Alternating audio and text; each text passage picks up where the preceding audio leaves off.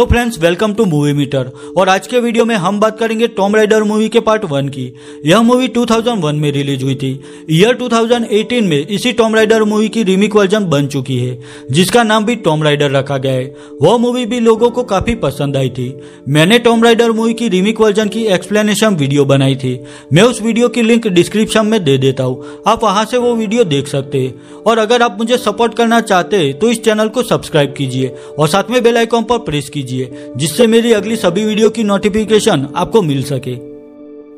तो चलिए अब टॉम राइडर मूवी के पार्ट 1 की स्टोरी पर फोकस करते हैं।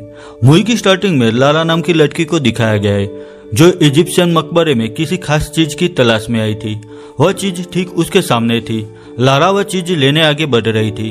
तभी उसे महसूस होता है कि कोई उसका पीछा कर रहा है, तो लारा वहीं पर रुक जाती है।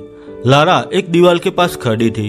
तभी वह दीवार तोड़कर एक रोबोट उसके सामने आ जाता है। वह रोबोट लारा पर हमला करता है। लारा भी उस रोबोट का मुकाबला करती है और उस पर गोलियां चलाती है, पर रोबोट लारा को नीचे गिरा देता है और अपनी धारदार ब्लेड से वह लारा को मारने की कोशिश करता है।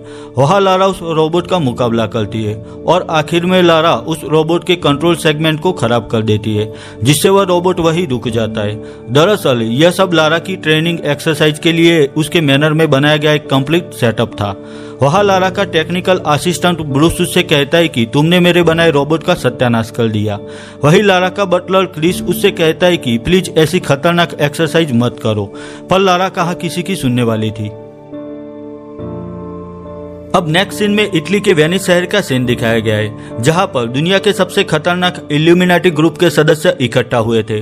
वहां पर पोवेल नाम का एक शख्स भी था। इल्यूमिनाटी ग्रुप का एक सदस्य पोवेल से कहता है कि आज 15 मई है और आज ग्रहों के संगठित होने का पहला दिन है। वह पोवेल से कहता है कि हमारे पास अब सिर्फ 7 दिन ही है और अब तक हमें वह नायाब चाबी नहीं मिली। दरअसल पोवेल ने वह खास चाबी ढूंढकर लाने का दावा इल्यूमिनाटी से किया था, पर अब तक पोवेल को वह चाबी नहीं मिली थी। वहां पोवेल इल्यूमिनाटी के सभी मेंबर से कहता है कि वो चाबी के करीब है और ग्रहों के कतार में आने से पहले चाबी उन्हें मिल जाएगी। यह सुनकर इल्यूमिनाटी का सदस्य पोवेल से कहता है कि उस अद्भुत त्रिकोण के दोनों हिस्से हासिल करने का यह आखिरी मौका है। अगर हम इसमें नाकाम हुए तो अगले 5000 साल तक ऐसा मौका फिर नहीं मिलेगा। यह सुनकर पोवेल उन्हें कहता है कि डोंट वरी, 7 दिन पहले वह चाबी आपके पास होगी। वहां पोवेल ने सबको यकीन दिलाया था कि वह चाबी लेकर आएगा, पर अब तक उसको भी पता नहीं था कि वह चाबी कहां पर है। वही दूसरी ओर लारा अपने फैमिली मैनर पर थी। आज वो बहुत उदास थी, क्योंकि 15 मई के दिन ही उसके डैड मिसिंग हो गए थे। कई साल बाद भी वो वापस नहीं आए, तो सबने उन्हें मरा हुआ समझ लिया। लारा अपने डैड रिचर्ड की ग्रेव के पास खड़ी थी और उसे अब भी यकीन था कि वह अपने डैड को एक दिन जरूर मिलेगी। लारा रिचर्ड को बहुत मिस कर रही थी। उसे बचपन की एक बात याद आती है, जब वह अपने डैड के पास बैठी थी। उस वक्त रिचर्ड ने लारा से कहा था कि जब सब ग्रह एक साथ एक कतार में होंगे तब वह दिव्य त्रिकोण अपनी असल दिखाएगा। रिचर्ड ने उस वक्त लारा को कहा था कि जब तुम बड़ी हो जाओ तो वह दिव्य त्रिकोण तुम्हें ही हासिल करना होगा। अब लारा आराम कर रही थी, तभी उसे किसी घड़ी की टिक टिक की आवाज सुनाई देती है। लारा देखती है कि वो आवाज सीढ़ियों के नीचे से आ रही थी। अब वहां पर एक खुफिया कमरा था। लारा उस कमरे में आती है तो वहां पर उसे एक बॉक्स पड़ा हुआ मिलता है। उस बॉक्स में लारा को एक बड़ी घड़ी मिलती है और यह टिक टिक की आवाज भी उसी घड़ी में से आ रही थी। लारा अपने टेक्निकल असिस्टेंट ब्रूस को बुलाती है और उसे वह घड़ी दिखाती है। लारा उसे कहती है कि मैनर के एक खुफिया कमरे से उसे यह घड़ी मिली। कल रात जब ग्रहों के एक कतार में संगठित होने का पहला चरण शुरू हुआ, तब से यह घड़ी अचानक टिक टिक करने लगी। लारा को यह तो पता चल गया था कि इस घड़ी को खुफिया कमरे में उसके डैड ने ही रखी थी और घड़ी में जरूर कोई खास सीक्रेट था। लारा ब्रूस और अपने बटलर क्रिस से कहती है कि जरूर इस घड़ी में कुछ छुपाया गया है। लारा वहां पर एक हथौड़ी से वह घड़ी तोड़ देती है। उसे घड़ी में से एक चीज मिलती है, जिस पर एक त्रिकोण बनाया गया था। लारा समझ गई थी कि यह वही दिव्य आंख है और इसका ताल्लुक जरूर इस दिव्य त्रिकोण से है, जिसके बारे में रिचर्ड ने उसे बताया था। लारा जानती थी कि इस दिव्य आंख के बारे में उसे मिस्टर विल्सन ही बता सकते हैं, जो कि रिचर्ड के खास फ्रेंड थे। लारा विल्सन से आकर मिलती है। वही लारा की मुलाकात वहां एलेक्स नाम के बंदे से भी होती है। वह दोनों एक दूसरे को जानते थे। एलेक्स एक आर्कियोलॉजिस्ट था और लारा के जैसे ही नायाब चीजें ढूंढता था। लारा और एलेक्स भी कई साल पहले एक साथ काम करते थे, पर एलेक्स ने कोई खास चीज लारा से चुराने की कोशिश की, जिससे लारा अब एलेक्स पर भरोसा नहीं करती थी। एलेक्स लारा को सॉरी कहकर बीती बातें भूलने के लिए कहता है, पर लारा अब भी नाराज थी तो वो वहां से चली जाती है। विल्सन व दिव्यांक देख रहे थे। लारा उनसे कहती है कि यह एक घड़ी है जिसका सिर्फ एक ही डायल चल रहा है और इसकी चमक भी बढ़ती जा रही है। वही यह घड़ी उल्टी दिशा में चल रही थी, जैसे यह किसी चीज की टाइम लिमिट बता रही हो। घड़ी के पीछे भी एक खास ढांचा बना हुआ था, जैसे यह किसी चीज का हिस्सा हो।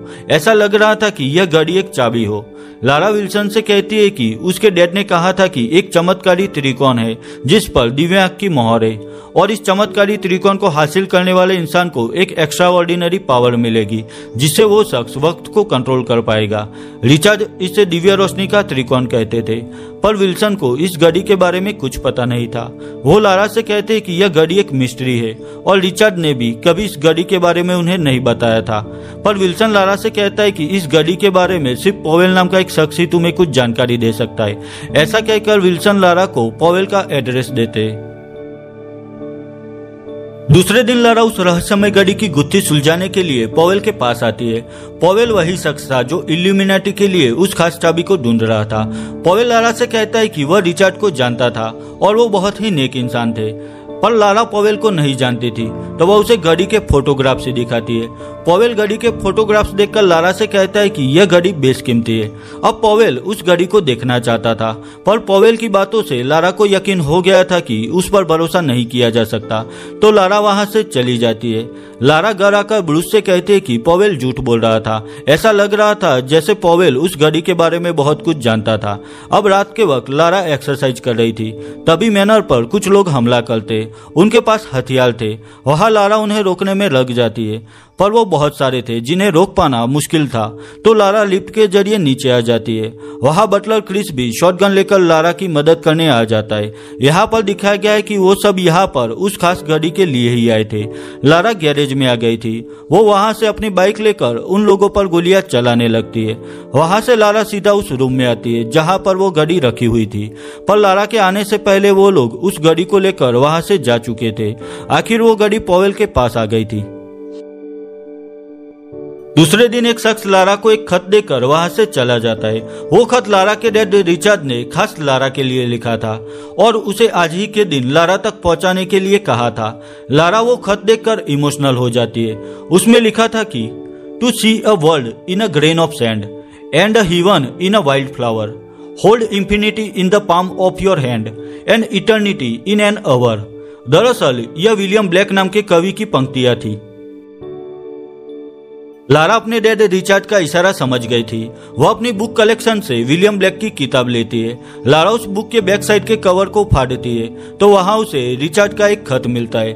उसमें रिचर्ड ने लिखा था कि आशा करता हूँ लारा कि तुम्हें वह खास घड़ी मिल गई होगी। वह घड़ी एक अनोखी चाबी है। यह उन जगहों की चाबी है जहाँ दिव्य त्रिकोण के 2 हिस्से छिपाए गए हैं। यह वही दिव्य रोशनी का त्रिकोण है, द ट्रायंगल ऑफ लाइट। हजारों साल पहले जब सभी ग्रह एक कतार में संगठित हुए थे, तब पृथ्वी पर उल्कापात हुआ था। यह दिव्य त्रिकोण उस टूटे तारे के टुकड़ों में से बनाया गया था।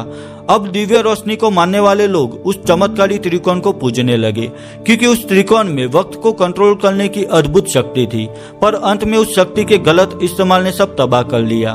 उस विनाश से जो लोग बच गए, उन्होंने वह त्रिकोण किसी गलत हाथ में ना जाए इसलिए उस त्रिकोण के 2 टुकड़े कर लिए और उन टुकड़ों को दुनिया की अलग अलग दिशाओं में छिपा दिए।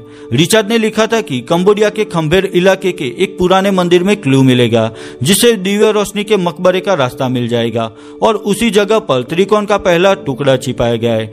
रिचर्ड ने लिखा था कि लारा तुम्हें वह दोनों टुकड़े हासिल करने होंगे, क्योंकि इल्यूमिनाटी नाम की सीक्रेट संस्था के कुछ शैतानी सदस्य भी उस चमत्कारी त्रिकोण को पाना चाहते, तो तुम्हें वह त्रिकोण पाकर उन्हें किसी भी हाल में रोकना होगा। अब कंबोडिया जल्द पहुंचने के लिए लारा अपने कुछ खास दोस्तों से मदद लेती है, जो लारा को जीप के साथ कंबोडिया के जंगल के करीब ड्रॉप करते। लारा दूरबीन से देखती है तो उसे कुछ लोग दिखाई देते जो उस मंदिर में जाने का रास्ता ढूंढ रहे थे। वही वहां पर पॉवेल भी था। लारा देखती है कि वहां पर उसका पुराना साथी एलेक्स भी था, जो इस काम में पॉवेल की मदद कर रहा था। पॉवेल एलेक्स से कहता है कि ग्रहों के संगठन में सिर्फ कुछ ही मिनट बाकी है, इसके बाद वह टुकड़ा किसी काम का नहीं रहेगा। आखिर एलेक्स की टीम उस मंदिर में जाने जाने की रुकावट को दूर कर देते।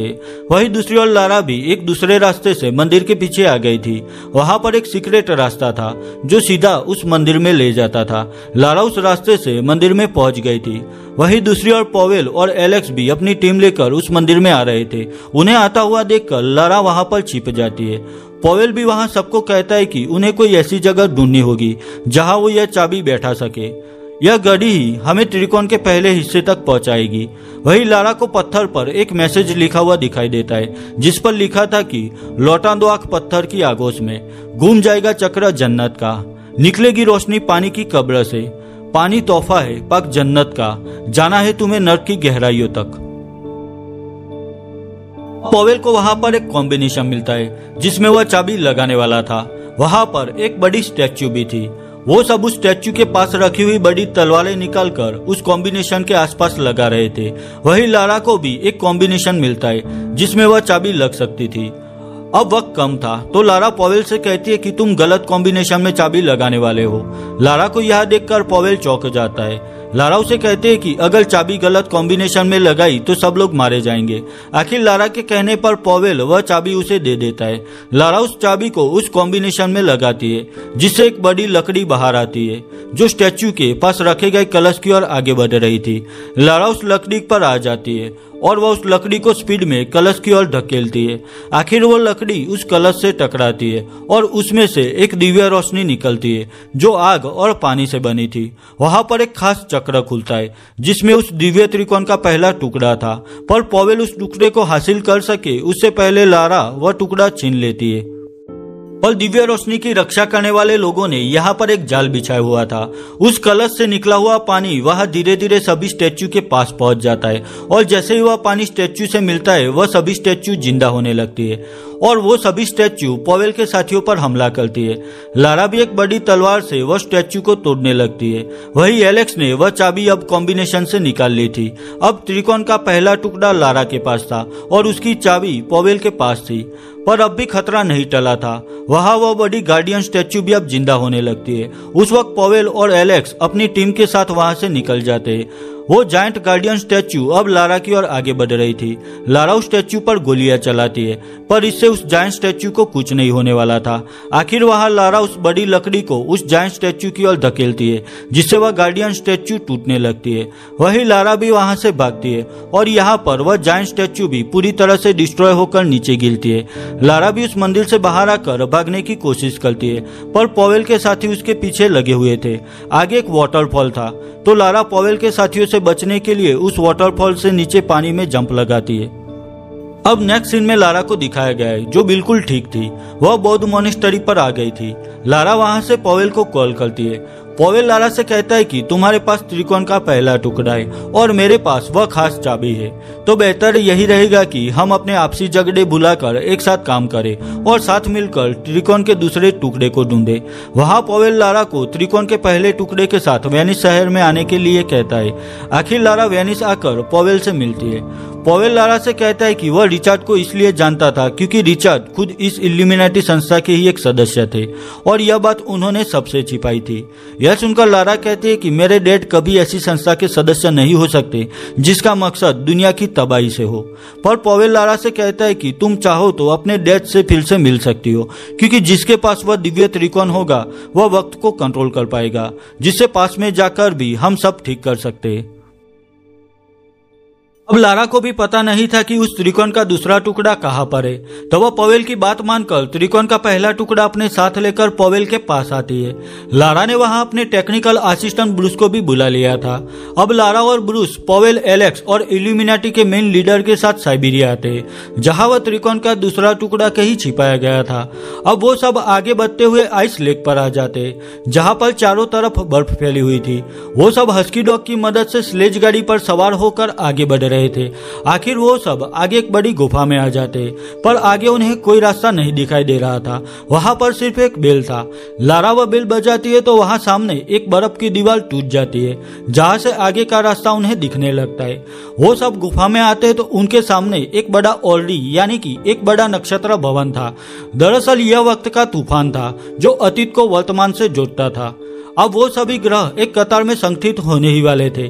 तो वह नक्षत्र भवन स्टार्ट हो जाता है। वही किसी को भी चाबी का कॉम्बिनेशन भी नहीं मिल रहा था। अब उस नक्षत्र भवन पर लारा और एलेक्स आ जाते हैं। वही लारा के कहने पर एलेक्स उसे वह चाबी देता है। लारा को आखिर वह कॉम्बिनेशन मिल जाता है। अब जैसे ही लारा उस चाबी को कॉम्बिनेशन पर रखती है तो वह उस नक्षत्र भवन में खींची चली जाती है। सब लोग समझ नहीं पाते कि आखिर लारा कहाँ पर गई। तभी लारा उस नक्षत्र भवन से बाहर आकर गिरती है और इस टाइम लारा के पास त्रिकोण का दूसरा टुकड़ा था। अब इल्यूमिनाटी का लीडर त्रिकोण के दोनों टुकड़ों को रिस्टोर करने की तैयारी कर रहा था। तभी पॉवेल के कहने पर उसके साथी इल्यूमिनाटी के लीडर पर गोलियां चलाकर उसे खत्म कर देते। वही वह सभी ग्रह एक कतार में थे। अब पॉवेल त्रिकोण के दोनों टुकड़ों को रिस्टोर करने की कोशिश करता है, पर वह टुकड़े आपस में नहीं जुड़ रहे थे। तो पॉवेल लारा से कहता है कि तुम रिचर्ड की बेटी हो और तुम जरूर इसके बारे में जानती होगी। ऐसा कहकर पॉवेल एक चाकू से एलेक्स पर वार करता है, जिससे एलेक्स मारा जाता है। पॉवेल लारा से कहता है कि अब भी तुम एलेक्स को बचा सकती हो और अपने डैड रिचर्ड से भी मिल सकती हो। तुम्हें बस किसी तरह यह दोनों टुकड़े रिस्टोर करने होंगे। आखिर लारा एक लेजर लाइट से नक्षत्र भवन की दूसरी ओर रोशनी करती है, जिसे वहां पर एक पोर्टल बन जाता है। लारा उस चाबी को भी उस पोर्टल में फेंकती है, जिससे वह चाबी भी अलग हो जाती है और उसके सभी पार्ट मैकेनिज्म से अलग हो जाते हैं। लारा उस पोर्टल में से उस चाबी के एक टुकड़े को ले लेती है और उस छोटे टुकड़े को उन दोनों टुकड़ों पर डालती है, जिससे वह टुकड़े रिस्टोर हो जाते हैं और वह ट्रायंगल ऑफ लाइट कंप्लीट हो जाता है। उस दिव्य त्रिकोण की पावर की असर से लारा और पॉवेल एक अलग ही जगह पर आ जाते हैं। वहां वह ट्रायंगल ऑफ लाइट यानी कि दिव्य त्रिकोण एक बड़े पिरामिड पर था, जिसे पाने के लिए लारा और पॉवेल उसकी ओर आगे बढ़ रहे थे। आखिर राइट टाइम पर लारा उस दिव्य त्रिकोण को पा लेती है और पॉवेल वहां से नीचे गिरता है। उस त्रिकोण के जरिए लारा अपने डैड रिचर्ड के पास आ जाती है। रिचर्ड लारा से कहते हैं कि मैं जानता हूँ कि तुमने मुझे वापस पाने के लिए ही यह दिव्य त्रिकोण हासिल किया है, पर यह गलत है। हमारा मकसद था इस दिव्य त्रिकोण को बुरे लोगों से दूर रखना, तो तुम्हें लारा यह त्रिकोण नष्ट करना होगा। रिचर्ड कहते हैं कि लारा मैं हमेशा तुम्हारे साथ रहूंगा। ऐसा कहकर वह दोनों एक दूसरे से हाथ मिलाते हैं। अब उसी वक्त लारा वापस उसी गुफा में आ जाती है। लारा यह टाइम को मैनिपुलेट करती है, जिससे मरा हुआ एलेक्स पानी से बाहर आ जाता है और पॉवेल का चाकू एलेक्स की बॉडी से निकलकर वापस पॉवेल की ओर बढ़ने लगता है। वह चाकू स्पीड में फेंका गया था, तो लारा चाकू की धार पॉवेल की ओर करती है और अपनी गन से दिव्य त्रिकोण पर गोली चलाकर उसे डिस्ट्रॉय कर देती है और उस त्रिकोण के डिस्ट्रॉय होते ही वह चाकू सीधा पॉवेल की बॉडी में घुस जाता है। आखिर वहां पर पॉवेल घायल होकर नीचे गिरता है। अब सभी लोग उस गुफा से बाहर जा रहे थे। तभी पॉवेल लारा से कहता है कि मैंने ही तुम्हारे डैड रिचर्ड की हत्या की थी, और उस वक्त पॉवेल लारा को अपने डैड की घड़ी दिखाता है। यह देखकर लारा को पॉवेल पर गुस्सा आता है और वह पॉवेल के पास आकर उससे मुकाबला करती है। आखिर लारा पॉवेल को खत्म कर देती है और अपने डैड की घड़ी पॉवेल से ले लेती है। वही वह नक्षत्र भवन भी अब तबाह होने लगा था, जिसे वह गुफा भी अब डिस्ट्रॉय होने लगी थी। उस वक्त लारा वहां से भागती है। बाहर उसे हस्की डॉग स्लेज गाड़ी के साथ मिलते हैं, तो लारा उस स्लेज गाड़ी के जरिए गुफा से बाहर निकलने में कामयाब होती है। आखिर लारा अब वापस अपने फैमिली मैनर पर आ गई थी। वह अपने डैड रिचर्ड की ग्रेव के पास आती है और अब जिस रोबोट को उसने कंप्लीट डैमेज कर दिया था उसे ब्रूस ने फिर से ठीक कर दिया था। लारा अब किसी भी चुनौती के लिए रेडी थी और बस यही पर टॉम राइडर मूवी का पार्ट 1 खत्म हो जाता है। ईयर 2001 में रिलीज हुई टॉम राइडर मूवी को IMDb पर 5.8 आउट ऑफ 10 स्कोर मिला है। वही रोटन टोमेटो पर इसे 20% एंड ऑडियंस स्कोर 47% मिला है। अगर यह वीडियो आपको अच्छी लगी है तो इसे लाइक और शेयर कीजिए, और मेरे लिए कोई भी सजेशन है तो मुझे कमेंट सेक्शन में कमेंट करके बताइए। तो मिलता हूँ टॉम राइडर मूवी के part 2 the cradle of life की एक्सप्लेनेशन वीडियो के साथ। तब तक के लिए बाय बाय।